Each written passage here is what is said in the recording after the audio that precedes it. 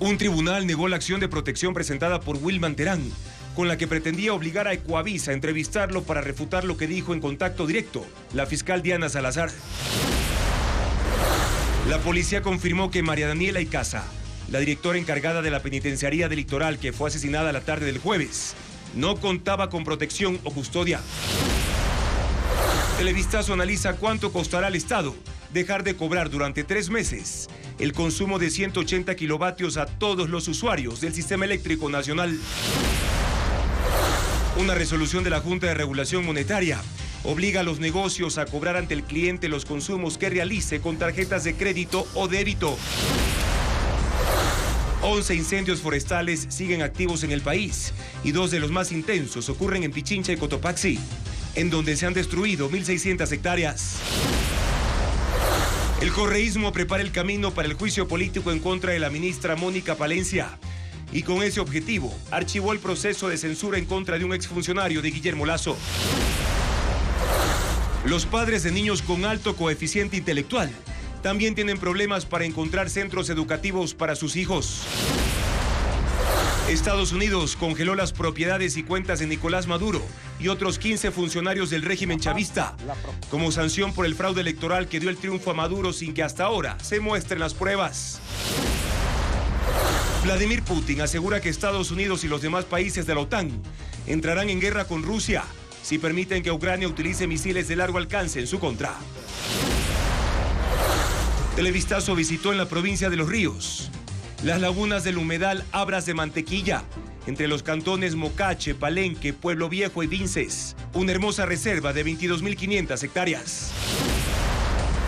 Barcelona y Dragonas Independiente del Valle se enfrentan para definir al club campeón de la Superliga Femenina.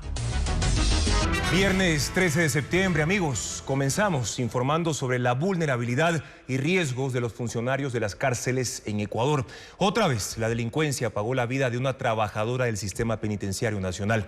Bienvenidos a Televistazo Estelar.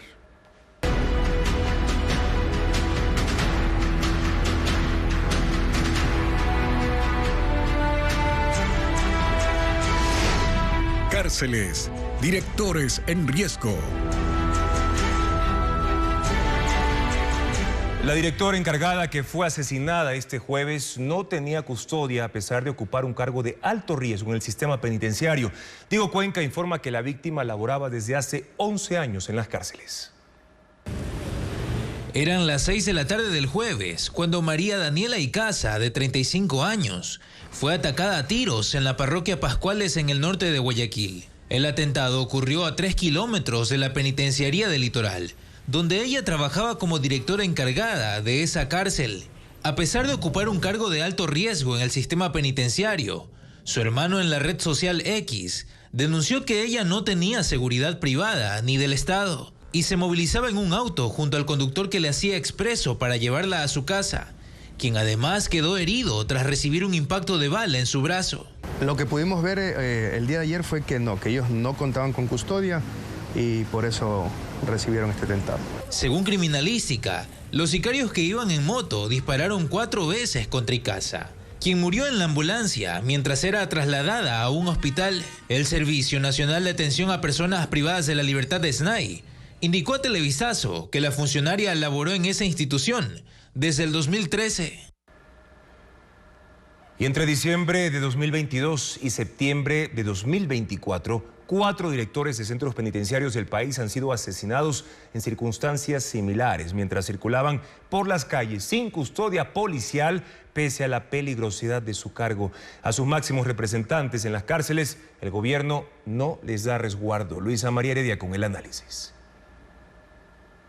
María Daniela Icaza tenía a su cargo la mayor cárcel de este país. Era la máxima representante del gobierno en uno de los establecimientos de rehabilitación social de más alta peligrosidad, donde se han registrado violentas masacres en los últimos 6 años y en cuyo interior operan las más peligrosas organizaciones criminales. Sin embargo, ni un solo policía la protegía. En su día a día, la funcionaria se movilizaba en un vehículo viejo, con un civil que le hacía de expreso. A ella el gobierno no la protegía de las mafias. 9 días antes del asesinato de María Daniela Icaza, el responsable de otro centro de privación de libertad también fue acribillado. Las circunstancias del hecho fueron muy similares. El vehículo en que se movilizaba Alex Guevara, el entonces director de la cárcel de Sucumbío, fue atacado con más de 20 disparos la tarde del martes 3 de septiembre. El cuerpo de Guevara quedó al interior del automotor. Junto a él había un pasquín con amenazas de parte de uno de los grupos de delincuencia organizada a los que el gobierno llama terroristas y con los que libra un conflicto interno armado que no los ha parado. Otros 2 funcionarios del penal que viajaban con Guevara resultaron heridos. Nadie los resguardaba. El 21 de abril, en cambio, la víctima fue Damián Parrales, director de la cárcel El Rodeo de Manabí. Durante la jornada de votación de la consulta popular y referéndum al que convocó el presidente Daniel Noboa precisamente para aprobar reformas que fortalezcan la lucha contra la criminalidad, Parrales recibió varios tiros en la cabeza mientras comía en una cevichería de Jipijapa. Estaba con su esposa y otros familiares, sin custodios. Y el 1 de diciembre de 2022, el coronel de policía en servicio pasivo Santiago Loza, quien no llevaba ni un mes como director de la cárcel El Inca, fue asesinado. Sicarios lo interceptaron en el sector de Hualo, al norte de Quito, cuando conducía camino al penal. La viuda denunció públicamente que Loza había solicitado seguridad al Estado, pero que la respuesta que recibió es que no había presupuesto para ayudarlo. En cada uno de estos casos, el gobierno se ha limitado a expresar sus condolencias, a subir a cuentas oficiales en redes sociales esquelas. Pero ¿sobre qué acciones se tomarán para evitar que más funcionarios penitenciarios de alto rango sean asesinados? No dice nada. El SNAI, como ya es costumbre, calla.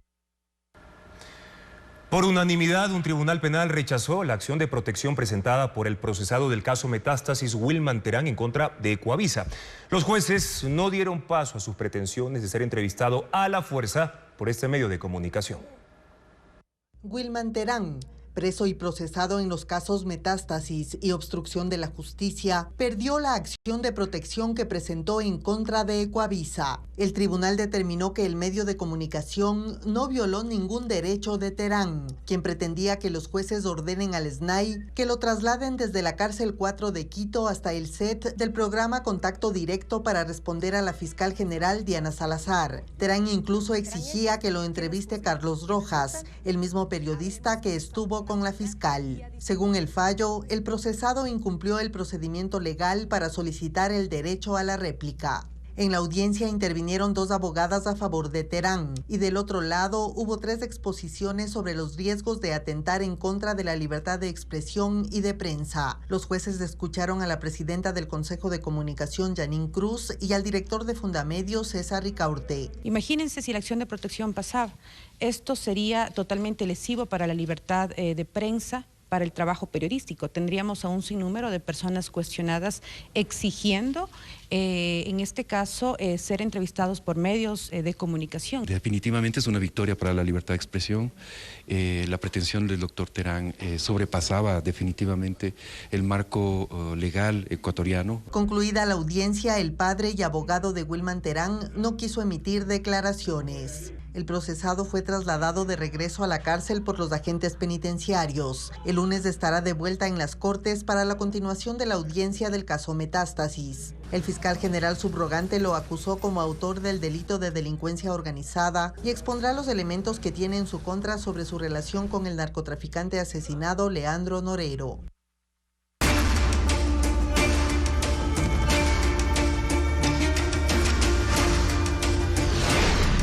Sequía, la vida en jaque.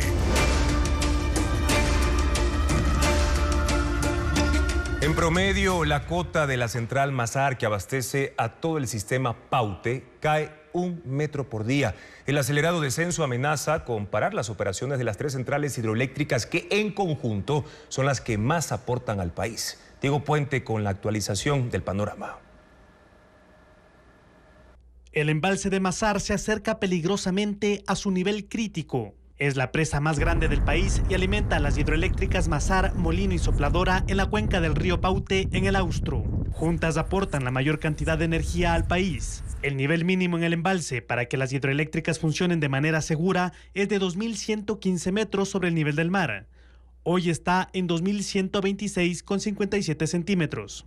Está a 11 metros y medio de parar sus operaciones y eso agrava la amenaza de que ocurran apagones si la tendencia continúa. Esto porque en los últimos 5 días el nivel bajó 5 metros. El lunes 78 centímetros, el martes 12 centímetros, el miércoles 1,15 m, el jueves 1,70 m y hasta las 17 horas de este viernes 1,23 centímetros. La caída del nivel se da por la falta de lluvias y porque el agua almacenada es utilizada por las 3 hidroeléctricas que no han parado su generación y que trabajan casi a su capacidad con 15 de sus 18 turbinas, según datos de la Corporación Eléctrica del Ecuador. A medida que avanzamos a una situación crítica, yo creo que es más conveniente el realmente comenzar con unos apagones más controlados. A los técnicos eléctricos les preocupa la intensidad de este estiaje. El nivel del agua este 13 de septiembre está 20 metros por debajo de las mediciones del mismo día del año anterior. Entonces, por la sequía, los apagones arrancaron de manera repentina en octubre y se extendieron durante algo más de 3 meses. Los incendios forestales se mantienen en el cantón Sicchos, en la provincia de Cotopaxi. Las llamas ahora amenazan con llegar hasta las zonas pobladas. Patricio Viera con las imágenes de estos siniestros. Los incendios forestales siguen azotando Sicchos en Cotopaxi. Las llamas se expanden con intensidad por los cerros, Las Rosas, Las Parcelas y Yuncusic, siendo este último el más crítico. El fuego está a solo 1 kilómetro de Quinticusic, zona residencial de unas 80 viviendas. Estaríamos hablando de unas 320, 340 personas que existen en este sector de Quinticusic. Por lo tanto, esto nos preocupa a nosotros. 60 bomberos de La Tacunga, La Maná, Santo Domingo y Quevedo se han unido a los 20 brigadistas de Sicchos para combatir el fuego que arrasa con pajonales, arrayanes, mortiños y arbustos. También colaboran 40 militares y 40 comuneros. Sin embargo, el terreno dificulta el ingreso a la cima del cerro. Es una pendiente de más o menos unos 45-50 grados, lo que dificulta pues que las personas transiten y puedan laborar en el flagelo. Además, la velocidad del viento alcanza los 80 kilómetros por hora, lo que ha impedido la participación de un helicóptero Bambi Bucket. Por ahora, este permanece en el ingreso de la ciudad. Hasta el momento se han consumido 700 hectáreas de vegetación. Estados Unidos sanciona a autoridades electorales y judiciales de Venezuela por el fraude cometido en las elecciones presidenciales. Las penalidades impuestas contra 16 funcionarios chavistas se toman para presionar al régimen de Nicolás Maduro. Estados Unidos redobla la presión contra el círculo de Nicolás Maduro. El anuncio lo hizo la vocera de la Casa Blanca, que explicó que las sanciones del Departamento del Tesoro se dan ante el fraude electoral cometido por el régimen chavista en las elecciones del 28 de julio, así como por la represión contra quienes protestaron en las calles. Las penalidades afectan a Nicolás Maduro y al fiscal Tarek William Saab, a 16 funcionarios del Consejo Electoral y jueces del Tribunal Supremo de Venezuela, pero también contra más de 140 individuos, entre los que hay cargos militares y de inteligencia. A todos les quedan bloqueadas propiedades y activos en territorio estadounidense y no podrán realizar transacciones financieras en ese país. Además, hay restricciones de visado contra 2.000 involucrados en actos de corrupción y abusos contra los derechos humanos. Conocida la decisión, el régimen de Maduro emitió un comunicado de rechazo a las medidas que califica de injustas e innecesarias y exigió a Estados Unidos no interferir en la política venezolana. El presidente ruso Vladimir Putin amenaza con una guerra más amplia en Europa si los aliados de Ucrania permiten el uso de misiles de largo alcance contra su territorio. Advierte que en ese caso Estados Unidos y los países miembros de la OTAN entrarán en guerra con Rusia. Ucrania pide más apoyo en armas para la guerra, pero también que los aliados permitan el uso de sus misiles de largo alcance para atacar posiciones militares dentro de Rusia, debilitar las capacidades ofensivas y mantenerlos lejos de la frontera. Ucrania ha destruido ya objetivos dentro de Rusia con drones y otros medios, pero el de una extensión del conflicto en territorio europeo. Si se toma esta decisión, significará la participación directa de Estados Unidos y los países europeos europeos en la guerra en Ucrania. Y si esto es así, tomaremos las decisiones apropiadas basadas en las amenazas que se crearán para nosotros. Estados Unidos y Reino Unido discuten hoy en Washington la posible autorización a Ucrania para el uso de esas armas de largo alcance, pues los primeros pueden ser misiles de fabricación británica. El primer ministro Keir Starmer y el presidente Joe Biden se reúnen hoy en la Casa Blanca.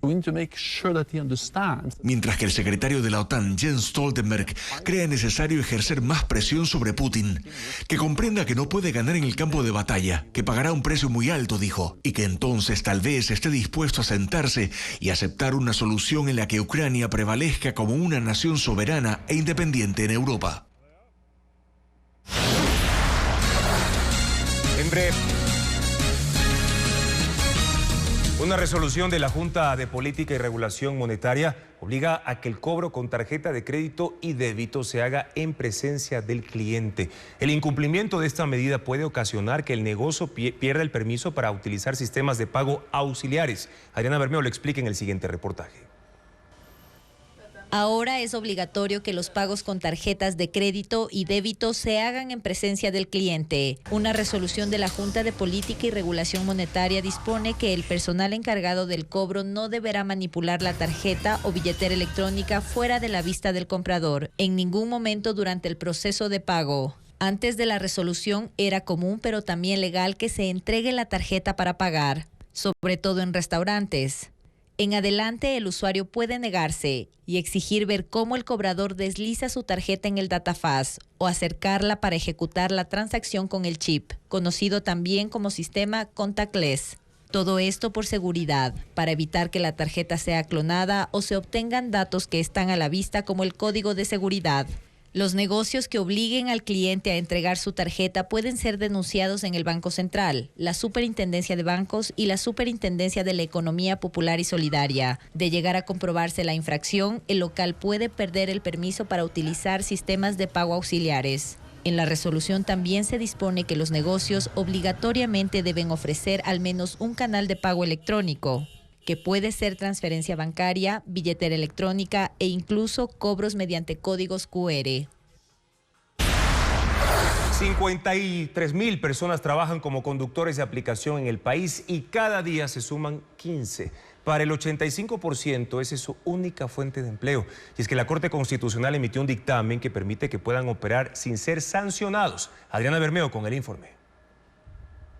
No se puede sancionar lo que no está regulado. Es la razón por la que en adelante los conductores que ofrecen los servicios de taxi y delivery por aplicación no pueden ser multados con $920, la retención del vehículo y la reducción de 10 puntos en su licencia. Así lo resolvió la Corte Constitucional, cuyo dictamen se conoció el martes. Desde ese día corre el plazo de 2 semanas para que la Agencia Nacional de Tránsito y los municipios informen a sus funcionarios sobre el contenido de la sentencia y no sancionen más a los choferes. La resolución de la Alta Corte favorece a 53,000 personas que trabajan como conductores de aplicación en el país. El 35% ofrece el servicio de taxi, el 40% se dedica al reparto y el 25% a las dos actividades. Según un informe de la Asociación de Conductores de Apps del Ecuador, cada día 15 personas se suman a estas tareas. Es una salida cuando las plazas de empleo escasean, explican los miembros de este gremio. Porque se quedaron sin trabajo en pandemia, perdieron su trabajo, o por la edad, o por ser profesionales que ya tienen cierta experiencia, ya no consiguen trabajo, optaron por este trabajo porque es un sustento digno que llevan a sus casas. El 85% de ese grupo tiene como única fuente de empleo las aplicaciones de movilidad y delivery, que en el país suman alrededor de 20. El 99% de los 53,000 conductores trabaja con Uber, Didi, InDrive, Rappi y Pedidos Ya, y el 1% con aplicaciones locales. Los ingresos anuales generados por ese grupo son cerca de $390 millones. La Corte Constitucional exhortó a la Asamblea a regular el servicio de estas apps. La Asociación de Conductores trabaja en una propuesta que entregará en los próximos días a la Asamblea y al Gobierno. En los hechos, hasta que no se legisle al respecto, el funcionamiento de estas plataformas es permitido en Ecuador. ¿Cuáles son las alertas climáticas para este sábado? Se pronostica en la región Sierra una temperatura mínima de 17 grados centígrados y una máxima de 24 grados, mientras que el índice de radiación ultravioleta será entre 8 y 13, lo que significa alto y extremadamente alto. Pero ¿qué pasa en la costa para este fin de semana? El INAMI prevé una temperatura mínima de 25 grados y una máxima de 33 grados. Y se pronostica en el litoral una radiación ultravioleta entre 6 y 9. Según la alerta meteorológica del INAMI, la temperatura diurna será muy alta y persiste el riesgo de incendios forestales. Petroecuador licitará el campo de gas Amistad, que está ubicado en el Golfo de Guayaquil. La decisión se tomó por falta de recursos y personal para la explotación. Paul Romero con el informe. El gobierno lanzó a licitación internacional el campo de gas Amistad para incrementar la producción. Ese campo está a 72 kilómetros de la provincia de El Oro, en el Golfo de Guayaquil. La administración de Petroecuador justificó esta decisión por 3 motivos: falta de recursos económicos, falta de conocimientos técnicos y falta de personal especializado. La producción actual de ese campo es de 21 millones de pies cúbicos diarios de gas natural provenientes de 3 pozos de los 17 perforados. Este gas es utilizado por la Corporación Eléctrica del Ecuador para la generación de energía mediante Termogas Machala, que consume 80 millones de pies cúbicos por día para alimentar al sistema interconectado con 230 megavatios. Una pequeña cantidad se utiliza para uso doméstico de las poblaciones aledañas a la central. La inversión estimada para el campo Amistad es de 173 millones de dólares para alcanzar la producción de 94 millones de metros cúbicos por día, que es la capacidad operativa del gasoducto. Tiene reservas certificadas por 167.3 billones de pies cúbicos de gas natural. Petroecuador informó que al ser un activo ubicado en el mar, a una importante distancia de la costa, no cuenta con los contratistas y servicios especializados para incrementar la producción del campo. Las bases del concurso para la licitación serán presentadas entre septiembre y octubre. La prensa oficial de Corea del Norte mostró por primera vez imágenes del gobernante Kim Jong-un en una planta de enriquecimiento de uranio que pertenece al Instituto de Investigación de Armas Nucleares. En las fotos se ve una serie de centrifugadoras para incrementar el número de armas con capacidad nuclear. El sitio es parte del programa atómico norcoreano ubicado en un lugar secreto. El Papa Francisco criticó a los candidatos presidenciales en Estados Unidos. Dijo que Kamala Harris y Donald Trump están en contra de la vida y que los católicos de ese país deberán votar por el menos malo. El reporte con nuestra cadena aliada Voz de América. Mientras Kamala Harris y Donald Trump compiten por los votantes indecisos, el Papa Francisco descalificó a los 2 candidatos al ser preguntado por la decisión que debería tomar un votante católico en Estados Unidos. Se debe votar. Deben votar y deben elegir el mal menor. ¿Quién es el mal menor? ¿Esa dama o ese caballero? No lo sé. ¿Quién es el mal minore? ¿Quella signora o quel signore? El pontífice criticó tanto a Trump por su plan de deportar a millones de inmigrantes como a Harris por su postura a favor del aborto. Ambos están en contra de la vida, tanto el que persigue a los inmigrantes como la que mata a los niños. Ambos están en contra de la vida. No puedo decidirme. Trump estará en Nevada y Harris en Pensilvania este viernes. Jacopo Luzzi, Voz de América. La reconstrucción de la Catedral de Notre Dame en París entra justamente a su recta final. La icónica iglesia recibió las campanas que se quemaron en el incendio del año 2019. Sonarán durante su reapertura prevista para diciembre de este año. Notre Dame avanza hacia su completa restauración. La icónica catedral parisina recibió sus 8 campanas renovadas que llegaron al sitio de trabajo cerca de la iglesia en una isla del río Sena.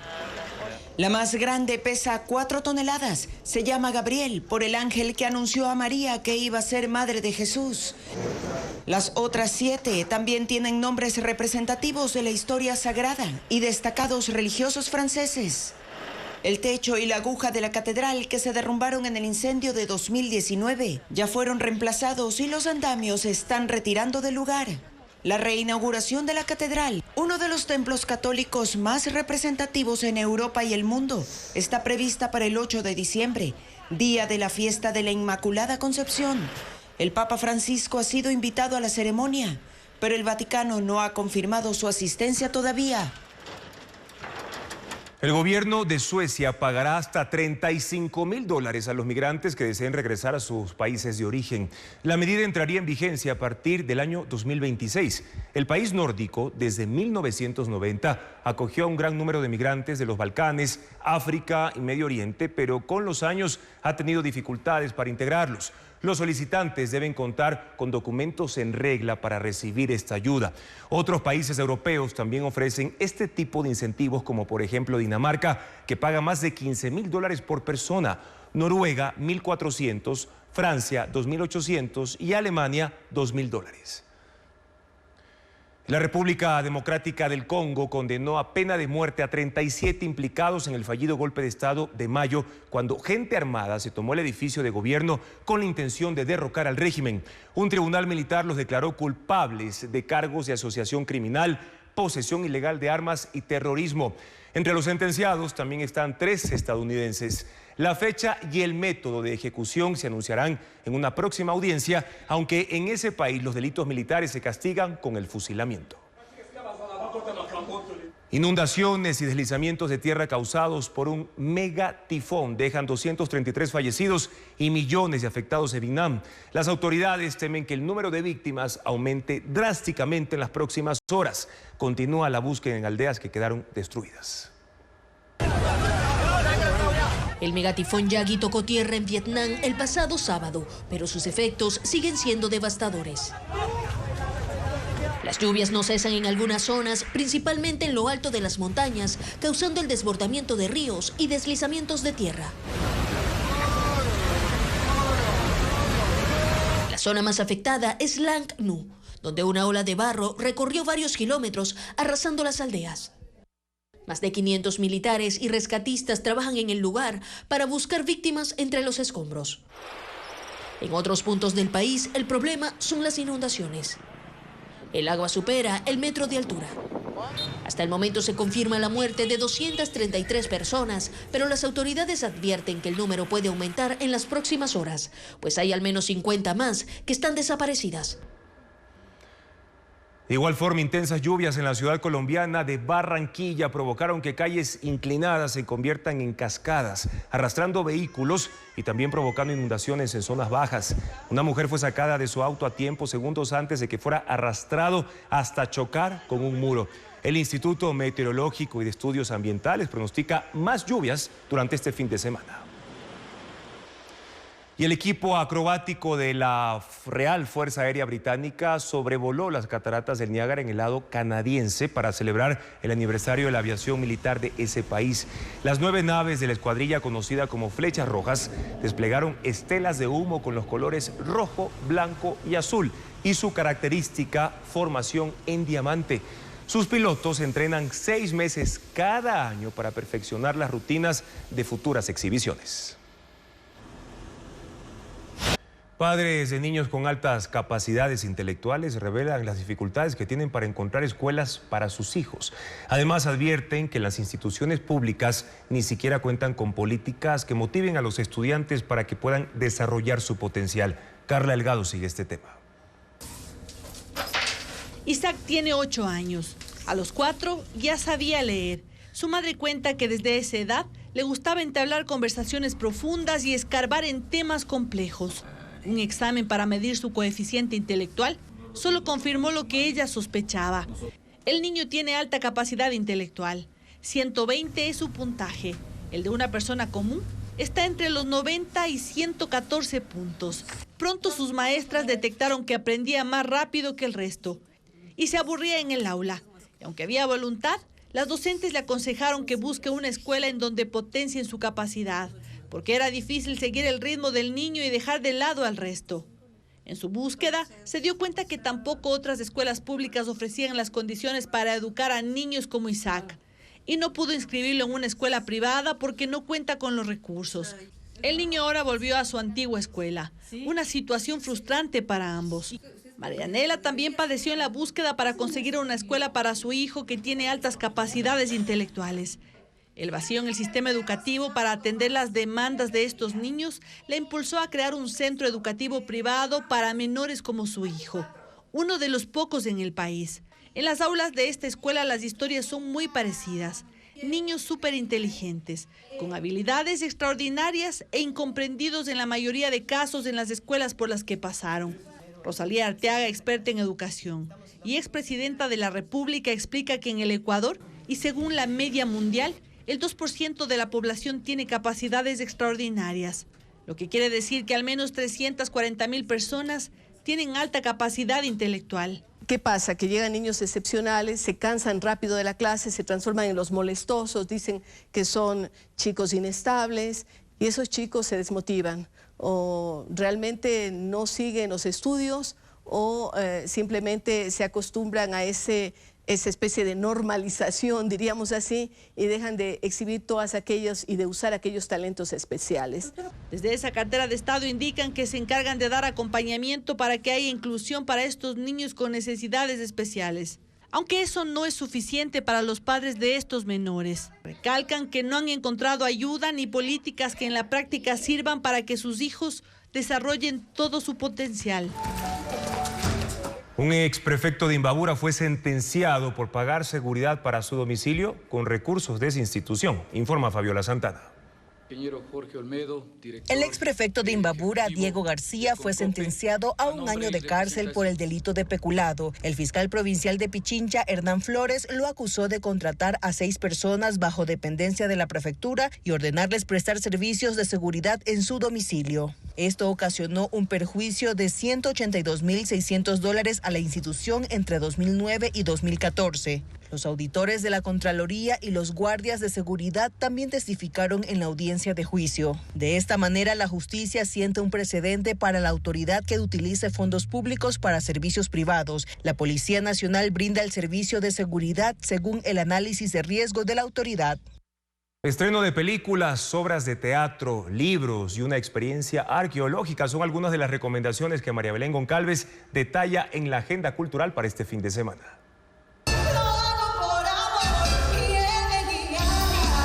Legalmente Rubia, un divertido musical en el que la cantante ecuatoriana Mar Rendón interpreta el divertido personaje de Ellie Woods, una mujer joven que lucha contra los estereotipos para alcanzar sus sueños. La obra tiene 2 funciones este fin de semana, el sábado 14 a las 20 horas y el domingo 15 a las 18 horas en el Teatro Sánchez Aguilar de San Borondón. Pero lo tuyo también. A ver, quiero decir, la vida es un juego caótico, ¿cierto? Sí, la vida es un juego. Es el juego de ser perfecto. ¿Cómo se llama mi nuevo proyecto? El actor ecuatoriano Roberto Manrique rompe las barreras y comparte sus más íntimas experiencias, combinando el elemento de stand-up y monólogo, en la obra El Juego de Ser Perfecto, que se presentará en el Teatro del CCI en Quito. Las funciones de este fin de semana serán esta noche y mañana sábado 14 a las 19 horas. Este concierto de rock latino reúne por primera vez en Ecuador a Enanitos Verdes, La Mosca Set Set, Caramelos de Cianuro y Miguel Mateos, en una función prevista para este sábado 14 a las 20 horas en el Country Club de San Borondón. Sonoridades Insurgentes. Es una muestra interactiva que combina la realidad aumentada con artefactos sonoros ancestrales, ubicados en 5 instalaciones dentro del Museo Antropológico y de Arte Contemporáneo MAC, en el Malecón 2000. Los visitantes podrán explorar objetos arqueológicos que permiten escuchar sonidos de flautas, tambores, maracas y caracolas, que fueron recreados digitalmente para simular la experiencia de las culturas prehispánicas del Ecuador. La visita guiada será este sábado 14 a las 18 horas, de forma gratuita. Diarios del Paleolítico. Es el más... Provincia de Los Ríos, delincuentes robaron $258.000 de una agencia de Ban Ecuador. Para ingresar a la entidad bancaria, hicieron un hueco por la pared de una escuela. Odette Camacho con más detalles. Este viernes, el centro de Vinces en Los Ríos despertó con la inesperada llegada de 15 agentes especializados de la policía. La causa, el robo de $258.000 en una agencia de Ban Ecuador. El atraco ocurrió durante la madrugada. Según la policía, hubo un corte de luz desde las 10 de la noche de ayer hasta las 7 de la mañana de hoy, en la cuadra donde está el banco, y en ese lapso los delincuentes actuaron. Primero rompieron la puerta principal de una escuela, avanzaron hasta una de las aulas colindantes con la pared lateral de Ban Ecuador. Hicieron un orificio de 80 centímetros, así llegaron hasta la bóveda del banco, donde usaron una soldadura autógena de batería y tanques de oxígeno para sacar el dinero. Tanto en la escuela como en el banco se suspendieron las actividades. Algunos usuarios que llegaban para cobrar el bono tuvieron que regresar sin respuestas. Con la sorpresa de que está cerrado el banco. Tengo que regresarme a mi casa porque yo no vivo aquí. Hasta el momento se desconoce cuántos delincuentes participaron del atraco. No hay detenidos. Se acerca el juicio político en contra de la ministra del Interior, Mónica Palencia. El correísmo ignoró las firmas presentadas por el partido de gobierno y hoy la Comisión de Fiscalización avanzó en el archivo de los trámites que se interponen para ir por la ministra. La Comisión de Fiscalización archivó la solicitud de juicio político en contra de Sebastián Corral, exsecretario de la Administración Pública del gobierno de Guillermo Lasso. La decisión se tomó esta mañana en una sesión virtual con 5 votos a favor, incluido el de la asambleísta Cristina Chávez, alterna del oficialista César Umajinga. Si la proponente ya retira justamente el juicio político, mi voto es a favor. Umajinga se conectó a último momento, pero ya no pudo intervenir. Asambleísta Umajinga, no le puedo dar la palabra. En marzo, el correísmo impulsó el juicio político a Corral, pero retiraron las firmas y ayer su proponente Patricia Núñez desistió de la solicitud. Valentina Centeno, jefa de la bancada de ADN, entregó nuevas firmas que hoy fueron rechazadas en la sesión de la comisión. La señora Valentina Centeno arbitrariamente se está obviando el debido proceso y tomándose atribuciones que no le corresponden. Quien tiene que presentar las firmas de respaldo al juicio político es el proponente. Con esta decisión se acerca el juicio político a la ministra del Interior, Mónica Palencia, pues también se retiró la solicitud para enjuiciar a la exsecretaria de Educación Superior, Andrea Montalvo. Solo quedaría pendiente el trámite del exministro de Economía, Pablo Arosemena, antes de ir por la ministra Palencia. Y la Comisión de Fiscalización de la Asamblea Nacional sesionará este sábado. El único punto del orden del día es abocar y calificar a trámite la solicitud de juicio político en contra de Pablo Arosemena, exministro de Economía y Finanzas durante el gobierno de Guillermo Lasso. Y la Contraloría tendrá que examinar la gestión del presidente Daniel Noboa. Así lo solicitó el Pleno de la Asamblea Nacional tras rechazar el informe a la Nación que el mandatario presentó el pasado 24 de mayo. La Comisión Legislativa que verificó los datos concluyó que hay inconsistencias entre lo expuesto por Noboa y el Plan Nacional de Desarrollo. Luisa María Heredia con el informe.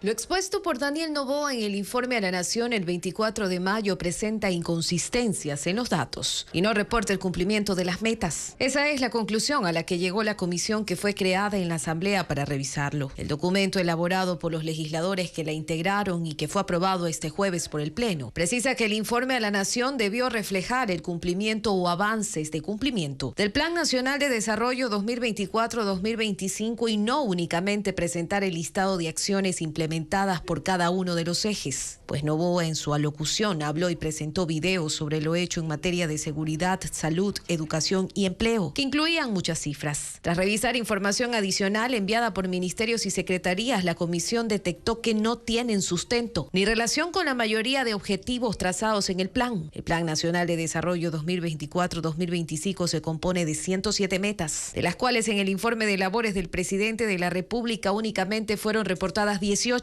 Y de aquellas, solo 4 metas cuentan con un avance esperado, superior o positivo. Por eso el Pleno decidió remitir a la Contraloría General del Estado el informe de la comisión. Se espera que inicie auditorías y exámenes de administración y gestión por incumplimiento notorio de las metas establecidas en el Plan Nacional de Desarrollo, que aportará con recomendaciones, mas no tiene posibilidad de imponer sanciones. A favor del informe legislativo estuvieron 79 asambleístas de las bancadas Revolución Ciudadana, Las 6 y Aliados, y Construye. Hubo 38 votos en contra provenientes de ADN y 15 abstenciones.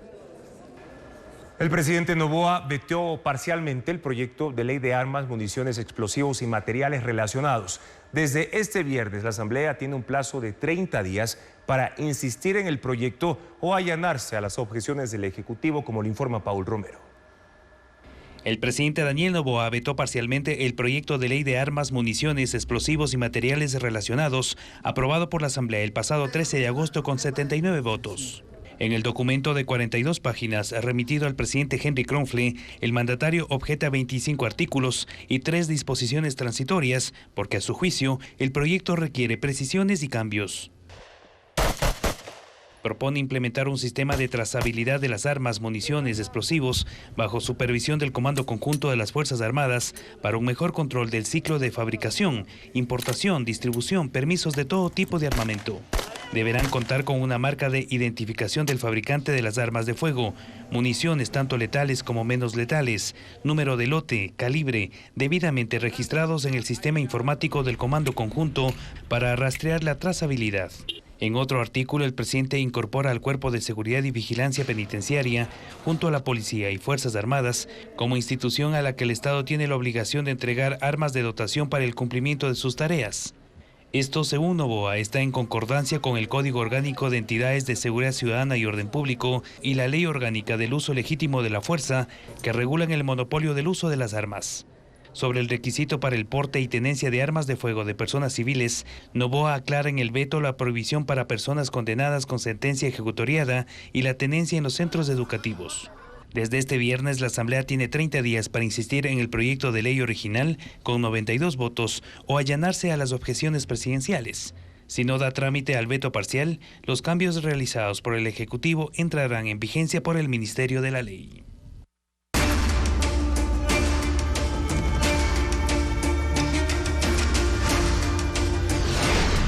Sequía, la vida en jaque.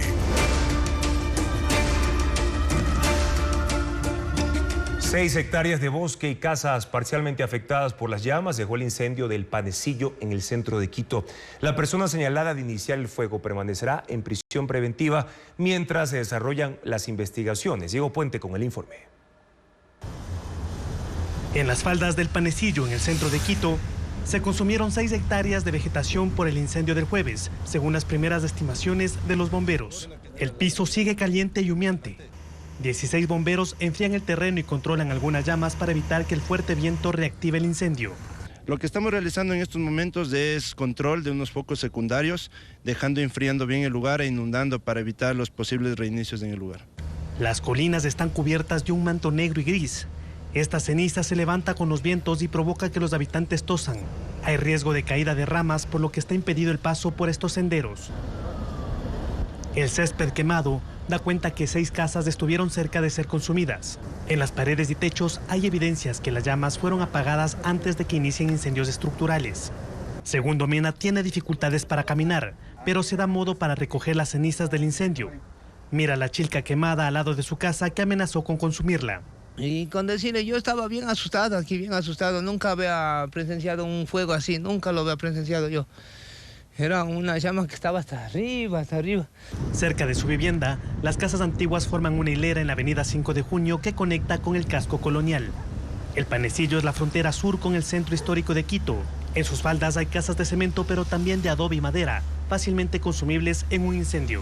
Para reducir los riesgos de viviendas junto a los bosques, los bomberos recomendaron limpiar la maleza en el perímetro para que actúe como un cortafuegos. Por este incendio que afectó a un bosque y puso en peligro a las personas, hay un detenido. El municipio informó este viernes que un juez acogió el pedido de prisión preventiva mientras duran las investigaciones. Mientras tanto, en el país siguen activos 11 incendios forestales. Hasta el momento, 4 han sido controlados. Fabiola Santana con la actualización de estas emergencias y los detalles de los daños. 11 incendios forestales mantienen activos a los cuerpos de bomberos en 6 provincias. Uno de los más importantes, porque ha quemado 900 hectáreas, está en el sector Ilinizas, Cantón Mejía, en Pichincha. Está activo desde el 2 de septiembre. El segundo en magnitud es el del sector Púlpito de Sicchos, Cotopaxi, donde se han consumido 700 hectáreas.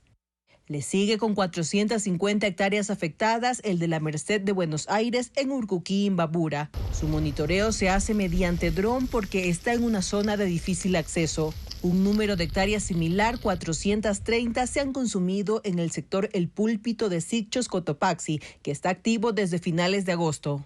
En el barrio Suyo de Loja y el Huayco de Catamayo, en la provincia de Loja, hay 2 incendios que se iniciaron entre el martes y hoy. En San Antonio de Cuenca y en Ramada de Pucará, en Azuay, se activaron 2 en las últimas horas. Otro incendio se mantiene en el kilómetro 23 de la vía Daule, en Guayaquil, provincia del Guayas. Los bomberos siguen en el sitio. La Secretaría de Gestión de Riesgos confirmó que otros 4 incendios están controlados. En Quinara, en Loja, Espejo en Carchi, Saruma en El Oro y Cuenca en Azuay. Juntos arrasaron casi 300 hectáreas de vegetación. Y el humo de los incendios forestales puede agravar enfermedades como por ejemplo el asma y otras afecciones pulmonares. También la alta radiación solar ha provocado quemaduras en la piel. Hay ciudades donde ya acuden los ciudadanos a los hospitales con síntomas.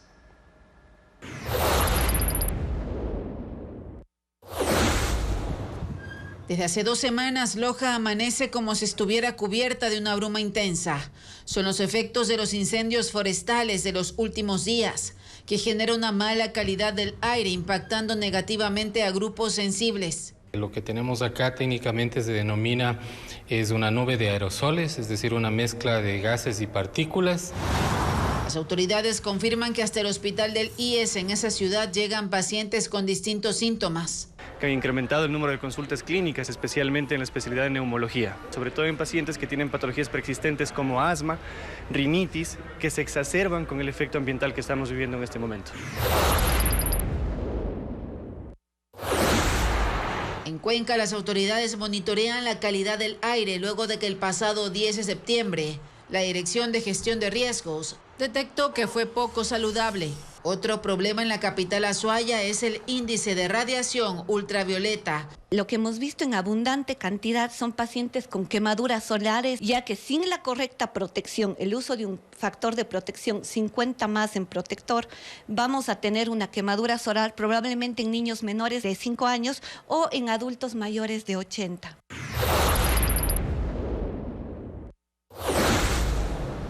En Guayaquil, a los especialistas del Hospital Roberto Gilbert les preocupa los daños oculares que podría generar la alta radiación y las partículas de polvo que dejan los incendios forestales, aunque aún no se han reportado casos. Esto causaría síntomas como ardor, sensación de arenilla en los ojos, incluso puede llevar hasta queratitis, que es un daño en el epitelio de la córnea.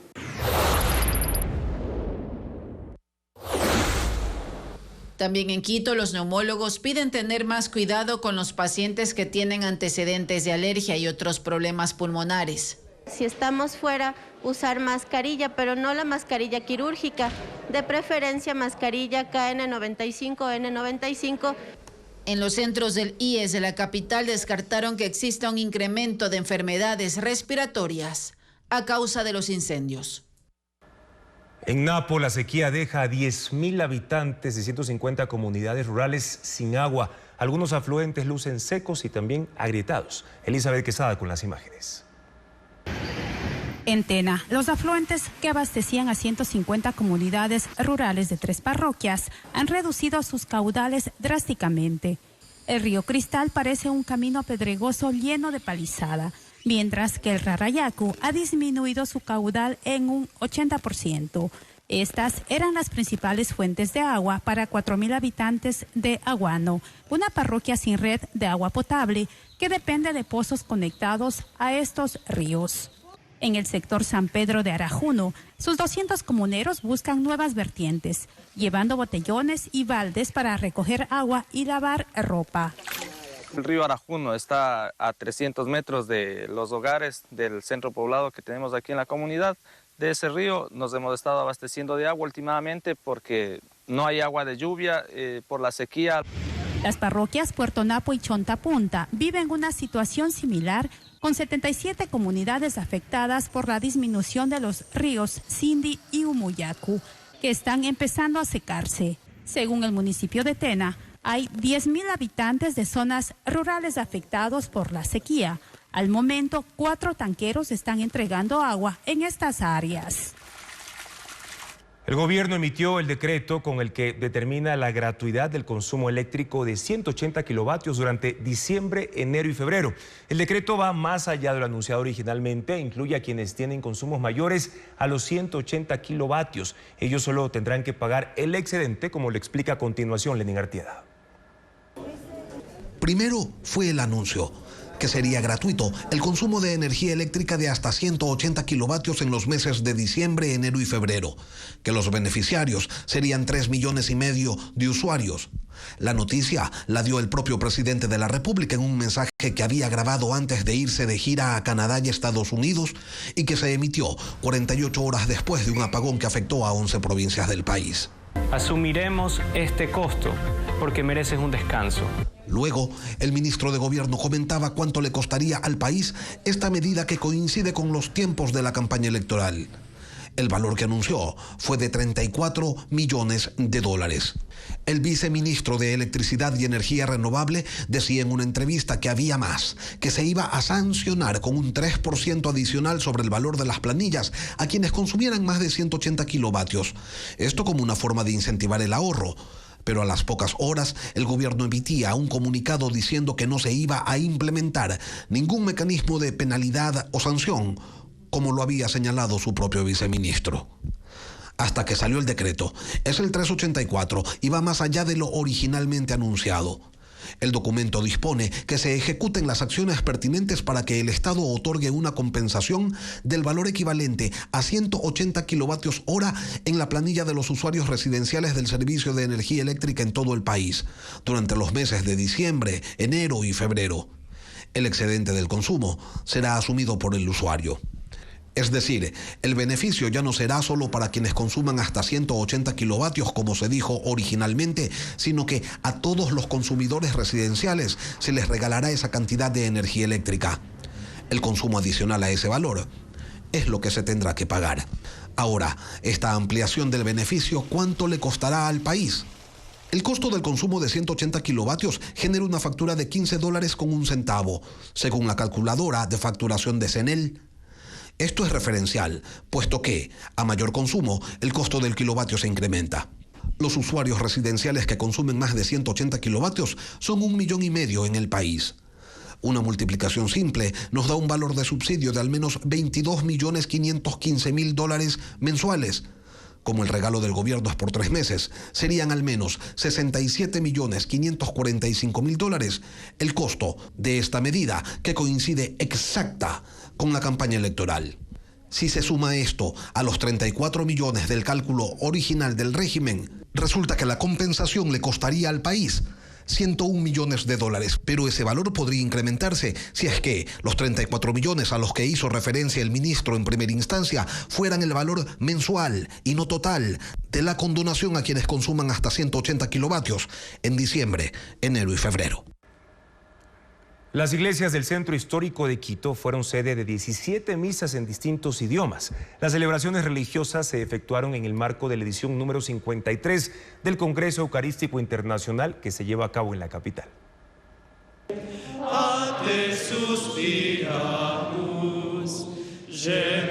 Este jueves se desarrollaron 17 misas simultáneas en 9 idiomas en el Centro Histórico de Quito. En la iglesia del Jirón, el obispo de Tulcán, Monseñor Carlos Yepes, presidió la ceremonia en quichua. La red eclesial panamazónica participó de la Eucaristía. Los miembros de la organización indígena llegaron con ofrendas, danzaron y entonaron los cánticos en su idioma.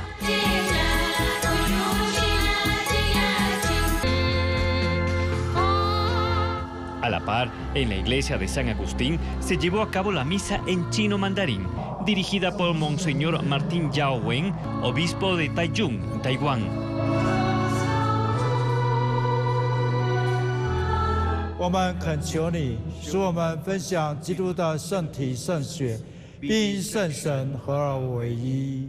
Ciudadanos de ese país se dieron cita con atuendos y distintivos asiáticos. Las otras misas se realizaron en inglés, alemán, italiano, francés, español afro, portugués.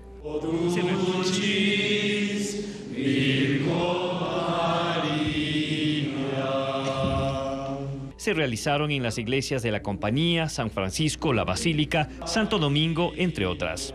Los actos religiosos se efectuaron en el marco del Congreso Eucarístico Internacional, uno de los eventos más importantes de la Iglesia Católica que tiene lugar en Quito. El evento mundial culminará este domingo y cuenta con la participación de 53 delegaciones internacionales. Ecuaterra llegó a Abras de Mantequilla, el cuarto humedal más importante del país. Sus lagunas están en 4 cantones de la provincia de Los Ríos y de hecho es un paraíso donde habitan al menos 127 especies de aves, en especial las garzas. Su ecosistema se conjuga en un bosque seco tropical, entre los que deambulan incluso familias de monos aulladores. Odette Camacho con las imágenes de este espacio natural. Gracias por su sintonía, amigos. Los esperamos mañana a las 7 de la noche en una nueva emisión informativa de Televistazo Estelar. Y todos los detalles sobre los incendios forestales en distintos puntos del país pueden revisarlos también en ecuavisa.com. Buenas noches y buen fin de semana.